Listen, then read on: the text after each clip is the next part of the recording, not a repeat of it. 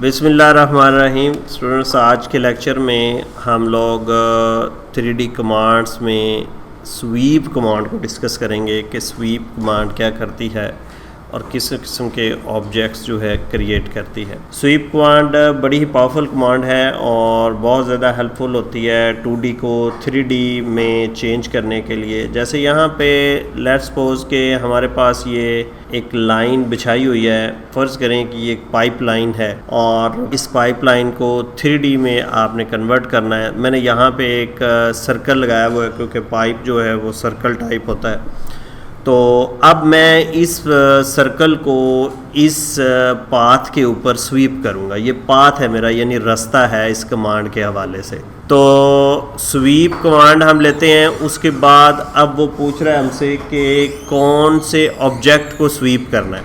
तो हम कहते हैं कि इस ऑब्जेक्ट को हमने स्वीप करना है और फिर हम एंटर करेंगे। अब वो पूछ रहा है कि स्वीप पाथ आपके पास कौन सा होना चाहिए। तो ये है हमारा पाथ जिस पे हमने इसको स्वीप करना है। तो जैसे आप क्लिक करेंगे इधर, तो ये एक खूबसूरत पाइपलाइन जो है वो 3D पाइपलाइन जो है वो आपकी बिछ चुकी है। तो इस तरह आप 2D ऑब्जेक्ट को 3D ऑब्जेक्ट में स्वीप कर सकते हैं। अब जब फ़र्ज़ करें यहाँ पे हमारे पास एक ऑब्जेक्ट है, ये हमने एक पॉलीगॉन लगाई हुई है और ये हमारा पाथ है जिस पे हम इसको स्वीप करना चाह रहे हैं। तो सिंपल है स्वीप, और जिस ऑब्जेक्ट को स्वीप करना है पहले आपने वो सिलेक्ट करना है, फिर एंटर, फिर आपने पाथ सिलेक्ट करना है और पाथ हमारा ये है। अब ये हमारे पास एक ऑब्जेक्ट जो है वो उसी तरह उसी पॉलीगॉन को पूरे पाथ के ऊपर जो है वो ड्रा कर देगा। अब इस तरह ये हेलिक्स है। हेलिक्स को भी 3D में अगर आपने बनाना है तो सिंपली स्वीप और फिर कि जिसको स्वीप करना है, ये मैंने सर्कल लगाया हुआ है, उसके बाद आप ये पाथ सेलेक्ट करेंगे तो ये इस तरह का ऑब्जेक्ट बन जाएगा। अब इसके कुछ और सब ऑप्शंस भी हैं, वो भी डिस्कस कर लेते हैं। जैसे हमारे पास यहाँ पे एक मैंने आर्क लगाई हुई है और इस ऑब्जेक्ट को इस पर स्वीप करते हैं। तो सिंपल है स्वीप, ऑब्जेक्ट सेलेक्ट करेंगे, एंटर, फिर पाथ सेलेक्ट करेंगे तो वो ये क्रिएट कर देगा। मैं अब कंट्रोल Z करता हूँ और इसकी सब ऑप्शंस पे हम डिस्कशन करते हैं। देखें, स्वीप मैंने सेलेक्ट किया, उसके बाद सेलेक्ट ऑब्जेक्ट कर लिया, फिर आप राइट क्लिक करेंगे। एक तो मोड आ जाएगा आपके पास। मोड आपको कह रहा है कि सॉलिड बनानी है या सरफेस बनानी है। सरफेस आपको पता है कि वो सॉलिड नहीं बनाएगा बल्कि इर्द गिर्द एक सरफेस ही बना देगा। तो अगर मैं सॉलिड क्लिक करता हूँ तो उसके बाद यहाँ पे एक अलाइनमेंट है, एक बेस है, एक स्केल है, एक ट्विस्ट ऑप्शन है। इसमें हम सबसे पहले ट्विस्ट को देख लेते हैं। ट्विस्ट बेसिकली इसको स्वीप तो करेगा लेकिन इसको घुमा भी देगा। कैसे? फॉर एग्जांपल हम इसको ऐसे करते हैं। सबसे पहले हम इसको कॉपी करके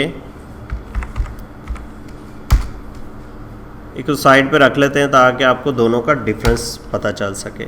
मैं इसको यहाँ पे रख देता हूँ।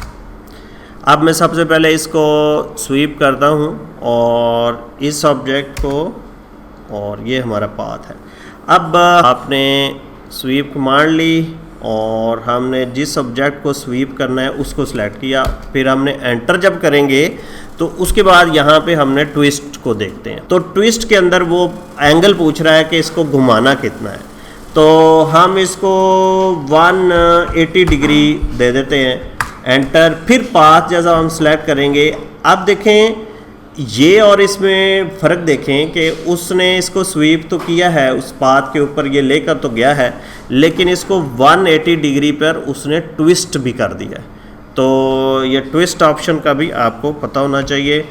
मैं कंट्रोल Z करता हूँ ताकि हम यहाँ पे वापस आएँ और दूसरी ऑप्शन को देखें।